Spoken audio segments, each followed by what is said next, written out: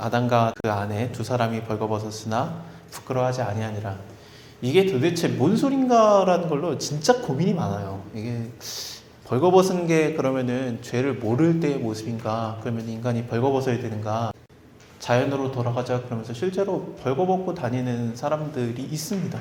그러니까 우리는 때묻지 않은 모습이다. 네가 이상하게 보면은 네가 죄인이다. 이렇게 보는 벌거벗고 다니는 사람들이 있고, 그러면 우리가 죄를 완전히 회복된 예수님이 우리의 죄를 다 회복시키셨으니까 우리는 그럼 교회에서 벌거벗고 있어야 됩니까? 그렇지는 않죠. 원래 성경에서 제가 좀 특이한 걸 발견한 적이 있는데, 특히나 요셉을 통해서 발견을 했는데, 옷이 입혀졌을 때는 좋은 일이 생기다가 벗겨지면 나쁜 일이 생겨요. 같은 창세기인데, 여기도 지금 창세기고 요셉 얘기도 창세기인데, 예를 들면은 아버지가 그에게 채색 옷, 그러니까 색깔이 들어간 옷을 입혔다라는 건데, 그것은 그 자기의 후계자라는 뜻입니다. 그래서 이제 그에게 채색 옷을 입혔을 때는 아버지의 사랑받는 아들로 있다가 그의 옷이 벗겨졌을 때는 이제 형들한테 형들에 의해서 팔려가는 그런 일이 있습니다. 그리고 또 옷을 입고 다시 애굽에서 보디발 장군의 집에서 일하다가 옷이 벗겨졌을 때 감옥에 들어가게 되죠. 그러다가 이제 옷을 다시 제대로 입을 때가 언제였냐면은 파라오 앞에 설 때입니다. 그래서 옷이 입혀졌다 벗겨졌다로 요셉이 좋아졌다 나빠졌다를 계속 보여줘요. 그것이 쭉 이어가면서 사실 창세기에서는 그걸로 쭉 봐요. 그러니까 예를 들면 노아가 옷이 벗겨졌을 때 함을 저주하는 일이 생겼고, 그러니까 옷이 벗겨지는 게 과연 좋은가라는 걸로 좀 보는 겁니다. 예수님께서도 옷이 벗겨지고 십자가를 지시는 거라든지, 근데 그 전에는 영광의 그 모습으로 보여지실 때는 변화산에서 그 굉장히 하얀 옷을 입고 있는 거, 어떤 누구도 그렇게 하얗게 빨 수 없더라라는 표현이 되면서, 하얀 옷을 입고 있을 때는 예수님의 영광의 모습과 같이 이렇게 있고, 모세와 엘리야와 같이 있고, 옷이 벗겨졌을 때는 십자가의 죽으심으로 굉장히 좀 그 저주받은 모습처럼 죽습니다. 실제로 저주받은 모습이에요. 왜냐하면은 나무에 달린 자마다 저주받은 자와 한과 같으니라 그 말씀을 이루신 거기 때문에, 갈라디아서 말씀을 통해서 그 기록된 바 나무에 달린 자마다 저주받은 자와 한과 같으니라, 그걸 통해서 예수께서 우리를 대신해서 저주를 받으신 것이라, 그러니까 너희는 저주가 없다라는 얘기를 정확하게 해줍니다. 그래서 예수님의 저주의 모습으로 죽습니다. 그리고 부활하신 다음에 옷을 다시 입고 계신 게 분명히 좀 보여지고, 그리고 또 지금 현재 부활하신 예수님께서 요한이 마지막에 요한계시록에서 본 그 예수님의 모습도 흰옷을 입고 있고 허리에 금띠를 띠고 있는 그런 모습으로 보여집니다. 그리고 예수님께서도 우리에게 계속 말씀하셨던 게, 너희가 의복을 준비해라 라는 얘기들. 그래서 너희가 그 결혼식에 들어오려면은 의복이 준비되어 있어야 된다. 그래서 흰옷을 입은 자들이 이제 예수님과 함께 동행하는 것들이 성경의 마지막 부분에서 많이 나오는데, 흰옷은 예수 그리스도의 피로서 그 옷을 빤 자들입니다. 그러니까 어린 양의 피로서 그 옷을 빤 자라, 예수님을 믿는 자들이죠. 그래서 옷을 입어야 된다라는 얘기가 계속 나와요. 그러니까 옷을 입는 게 성경에서 안 좋은 거냐? 그렇지 않습니다. 마지막까지 옷을 입는 걸로 나오니까, 너희가 뭐 하늘에 올라가면은 니네가 다시 빨개 벗게 되신다, 그런 얘기가 없으니까. 그러면은 이 죄 짓기 전에 창세기 2장 마지막 절에 그들이 벗었으나 부끄러워하지 아니하니라, 이게 도대체 뭔 소린가라는 거죠.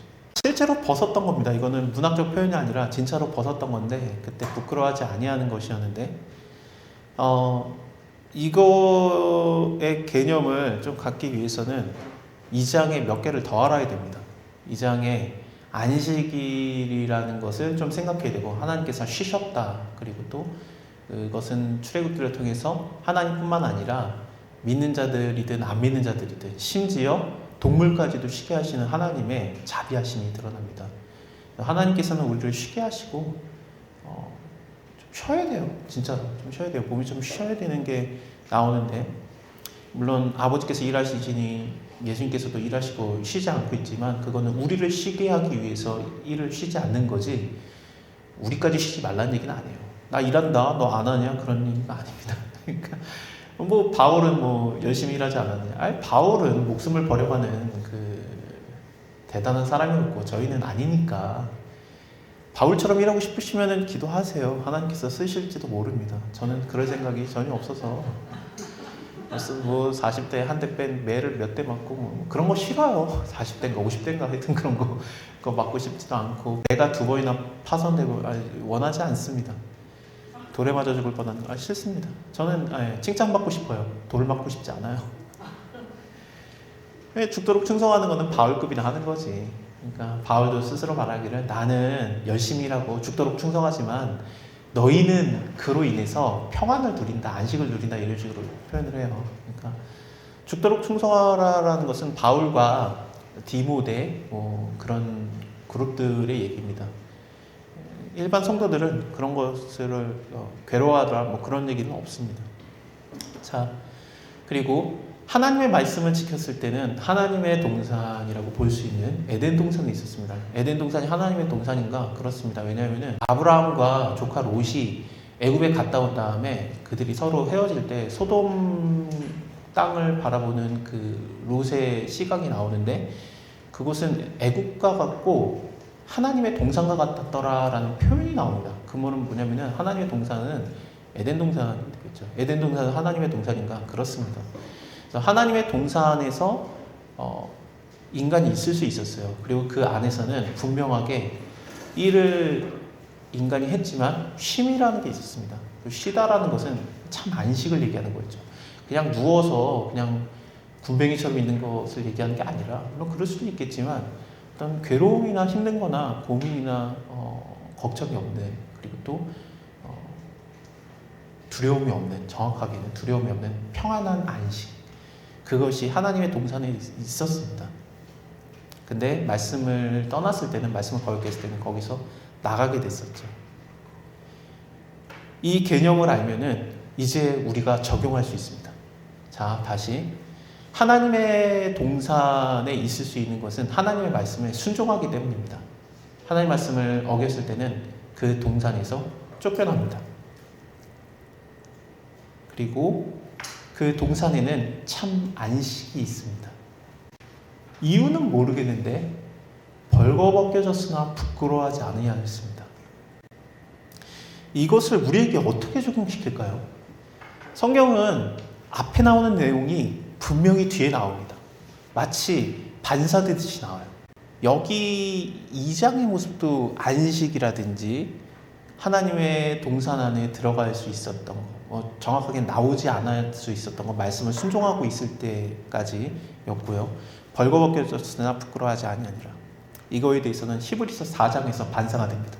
히브리서 4장을 보면서 말씀을 쭉 나눌 건데 여기에서 우리가 아는 구절이 있습니다. 하나님의 말씀은 살아있고 운동력이 있어서 좌우에 나에서 어떤 것보다 예리하여 혼과 영과 및 관절과 골수를 찔러 쪼개기까지 하며 마음과 생각의 뜻을 판단하나니 이 구절이 있습니다. 그것은 4장 12절에 나오는 내용인데요.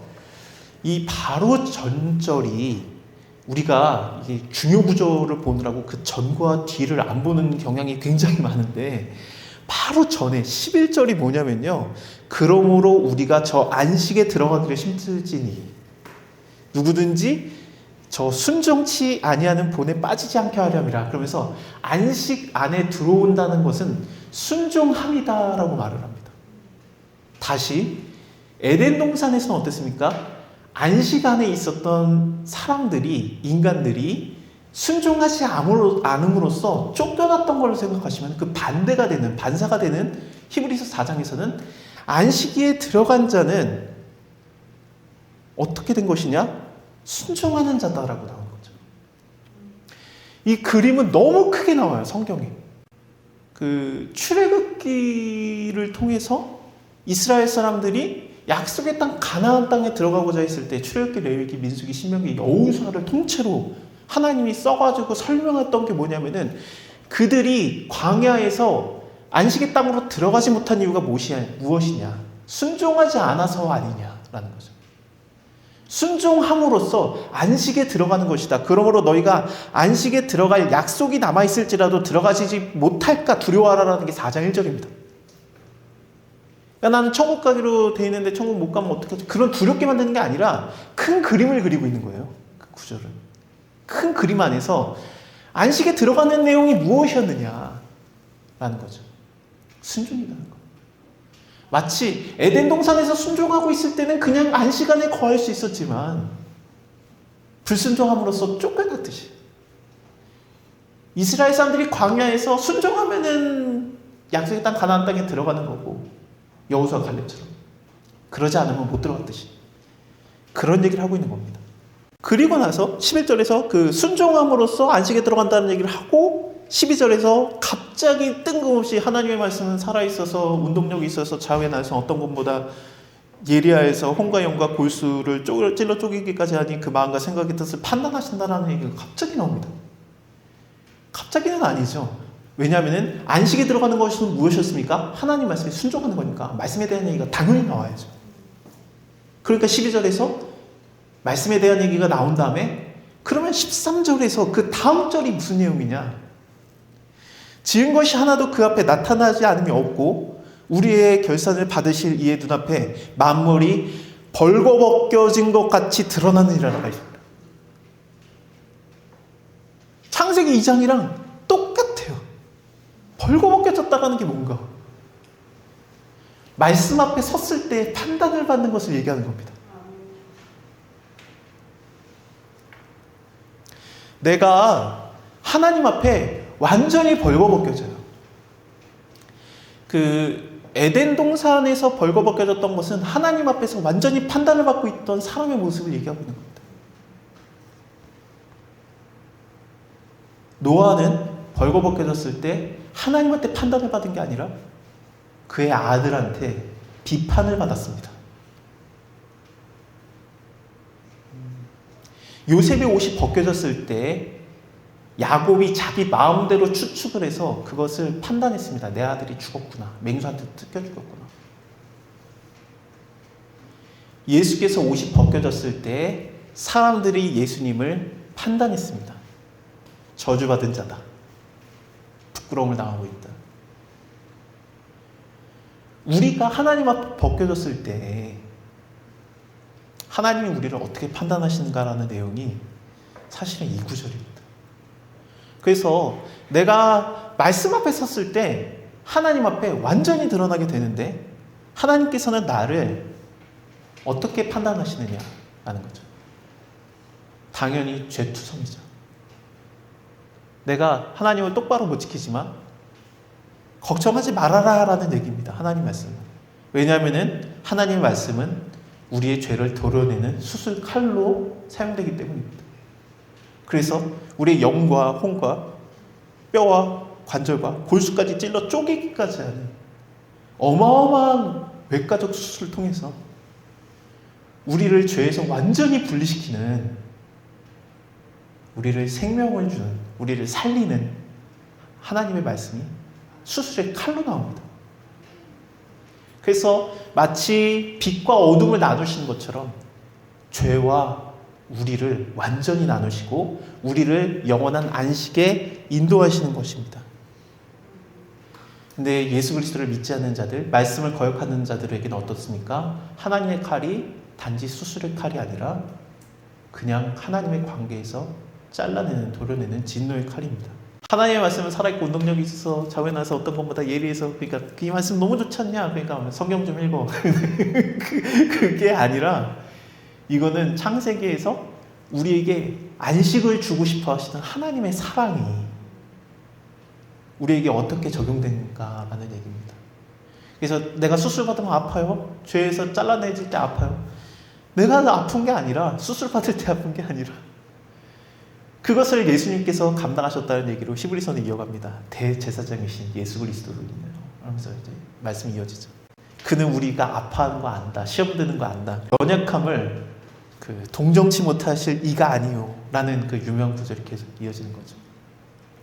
모르시는 분이 아니에요. 너무나도 잘 아시기 때문에, 인간의 몸을 입으셨기 때문에. 물론 예수님은 죄가 없으십니다. 죄를 짓지 않았죠. 자, 그럼 벌거벗겨졌음을 좀 이해하실 수 있겠죠. 그러니까 결국에 뭐냐면 하나님 앞에 보이는 우리의 모습을 얘기한다고 봐도 될 것 같습니다. 하나님께 받는 판단입니다. 사실 하나님의 나라에 들어가려면 우리가 옷을 입어야 되죠.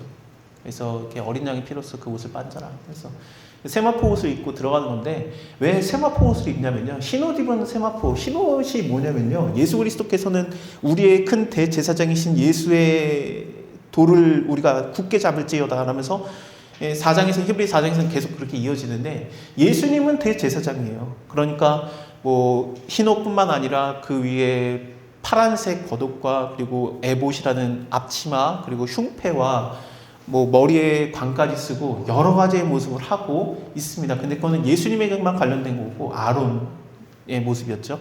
아론의 아들들은 어땠냐? 그런 게 전혀 없고 그냥 하얀색 옷과 허리띠 그리고 모자였습니다. 그래서 하얀색 옷을 입는 세마포, 굉장히 극세사의 옷을 입는 게 아론의 아들들이 입는 옷입니다. 그 옷을 입은 자만 예배를 집도할 수 있습니다. 레위인이 23,700명이지만 예배를 집도할 수 있는 것은 딱 3명입니다. 아론과 2 아들밖에 없습니다. 4아들이었지만 2 아들이 죽었죠, 바로. 그래서 2 아들밖에 없습니다. 3명이서 예배를 집도하는데 예수님이 대제사장이고 우리는 예배를 함께 집도하는 아론의 아들들과 같은 흰옷을 입은 제사장이 되는 겁니다. 레위인들은 흰옷을 입지 않습니다. 아론의 아들만 입습니다. 우리가 그 역할을 하게 된다는 거죠. 예배를 집도하는 자들.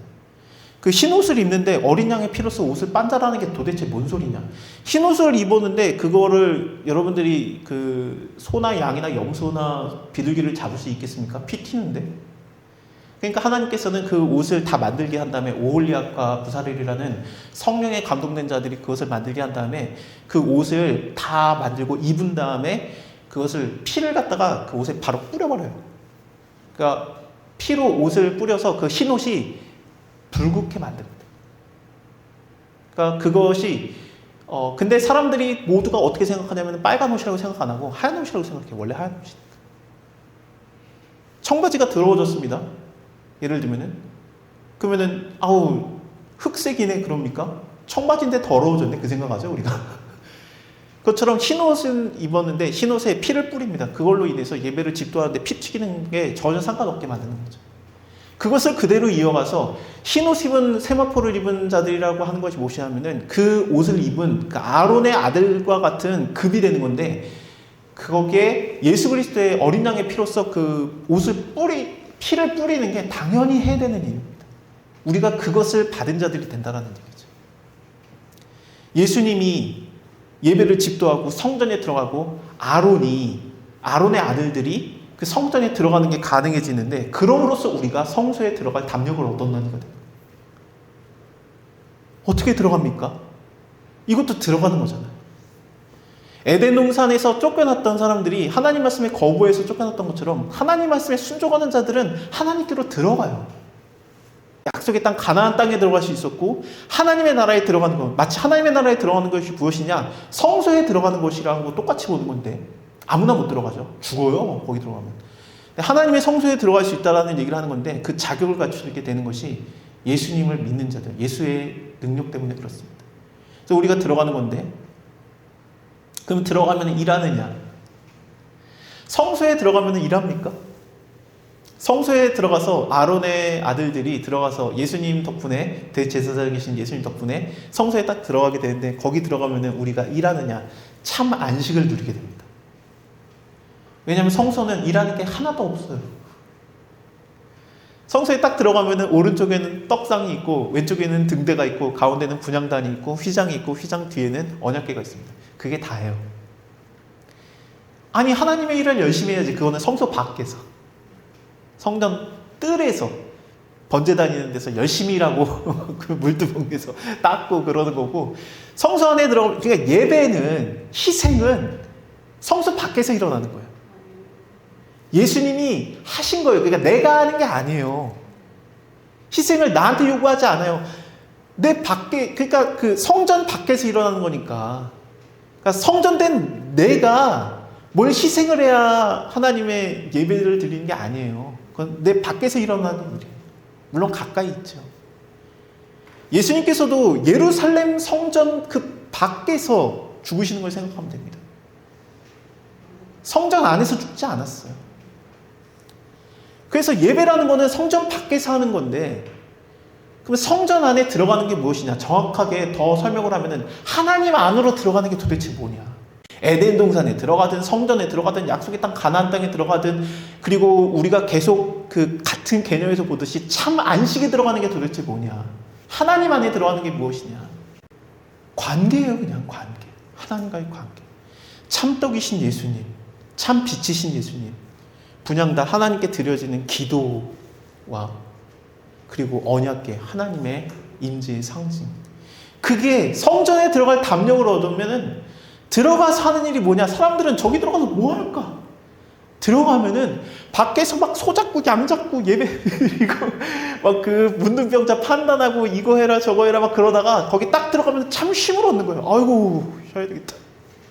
하나님 안에서 빵 먹고 빛 가운데서 하나님한테 앞에서 분향단에서 하나님 오늘 좀 힘들었어요. 기도하면서. 심지어 사가랴는 어떻습니까? 내 아내가 애를 못 낳아요. 그 얘기하면서 그런 얘기하고 있는 거예요. 그런 얘기. 그래서 분향단에서 그렇게 기도하고 하나님의 임재의 상징. 얼마나 참 안식입니까? 이게 벌거벗겨졌으나 부끄러워하지 않는, 하나님 앞에서 벌거벗겨졌으나 부끄러워하지 않는. 왜냐하면 판단을 하나님이 나쁘게 안 보니까 나를. 그 안에서 들어갈 담력을 얻고 예수 그리스도의 피로 말미암아 그 성소에 들어갈 담력을 얻어서 들어가서 하나님 안에서 참 쉬면서 얘기를 하는 거죠. 그러므로 하나님의 쉬신과 같이 하나님의 백성은 그 안에서 참 안식을 하느니라 라는 히브리서의 말씀이 이루어지는 겁니다. 사람도 쉰다. 그의 자녀가 쉰다. 그게 뭐냐? 관계 안에서의 얘기예요. 관계 안에서. 그냥 누워서 자빠져서 그건 그래도 돼요. 근데 그런 얘기가 아니라 나 그러면 일 안 해도 되나? 뭐 그거 다 좋아요. 하지만 하나님 안에서 쉰다라는 것은 완전한 관계 안에 들어갔기 때문에 참 평안, 안식을 누리는 거죠. 그게 영원한 안식으로 우리에게 약속되어 있는 겁니다. 그러므로 저 안식에 들어가기를 힘쓸지니 이는 누구든지 저 순종치 아니하는 자여 보은에 빠지지 않게 하랍니다. 그래서 저는 참 안식을 누리고 싶어요. 하나님 안에서 쉬고 싶어요. 뭔지는 잘 모르겠는데 왜냐하면 저도 잘 순종을 안 하니까. 하나님 안에서 참 안식을 누리고 싶기 때문에 말씀의 저를 계속해서 비추고 있는 겁니다. 말씀에 순종하는 그 법률을 따라가는 일을 하는 게 아니라 하나님의 말씀을 불순종해서 박살이 나는 그 세계에 가고 싶지 않기 때문에 에덴 동산밖에 쫓겨나고 싶지 않기 때문에 가나안 땅을 눈앞에 보고 못 들어가고 싶지 않기 때문에 어린 양의 혼인잔치 밖에서 이를 갈고 싶지 않기 때문에 참 안식에 들어가기 위해서 말씀이신 예수 그리스도와 함께 교제하고 있는 겁니다. 하나님과의 교제를 잘 모를까봐, 어떻게 하는지 잘 모를까봐 하나님께서는 창세기 2장에서 남자와 여자가 서로 한 몸이 되어서 교제하는 것을 먼저 가르쳐 주신 거죠. 그래서 둘이 한 몸을 이룰지라, 부모를 떠나서 둘이 한 몸을 이룰지라, 그리고 그들이 벗었으나 부끄러워하지 아니하니라. 저는 믿는 자들과 교제하길 원합니다. 일로서 교제하는 게 아니라 쉼으로써, 안식으로써, 하나님의 말씀 안에서의 과음으로서의 교제를 원합니다. 저는 여러분들에게 안식으로 초대를 하고 있는 겁니다. 제가 이해하고 있는 안식을 여러분들에게 설명을 해드렸고 이것이 여러분들과 저의 교제입니다. 아, 안식이라는 게 이런 거구나. 벌거벗겨졌다는 게 그런 거구나. 말씀에 순종함으로써 안식 안에 거한다는 게 그런 얘기구나. 법률이 아닌 생명이었구나. 내가 못하는데 나를 수수시키고 어떻게든 하게 하시겠구나. 나를 아론의 아들급으로 취급하시고 영원한 성소에 나를 인도하시는구나. 하나님께서 허락하신 저와 여러분들의 교제에 저 역시 기뻐하고 있습니다.